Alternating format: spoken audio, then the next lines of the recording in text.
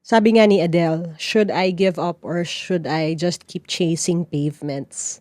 But this time, hindi naman pavements yung hahabulin natin, but our dreams. Tawagin natin siyang Max.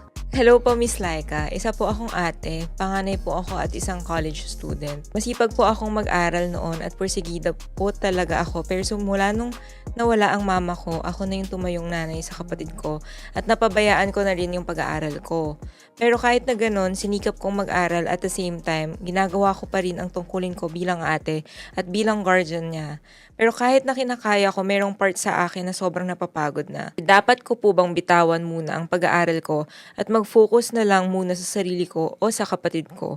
O ipagpatuloy ko pa rin yung pag-aaral ko kasi 3rd year college na po ako, konting tiis na lang naman at gagraduate na. Ang bigat nun, ah. Ay, Max. Hi, Max. Mukhang maxed out ka na rin when it comes to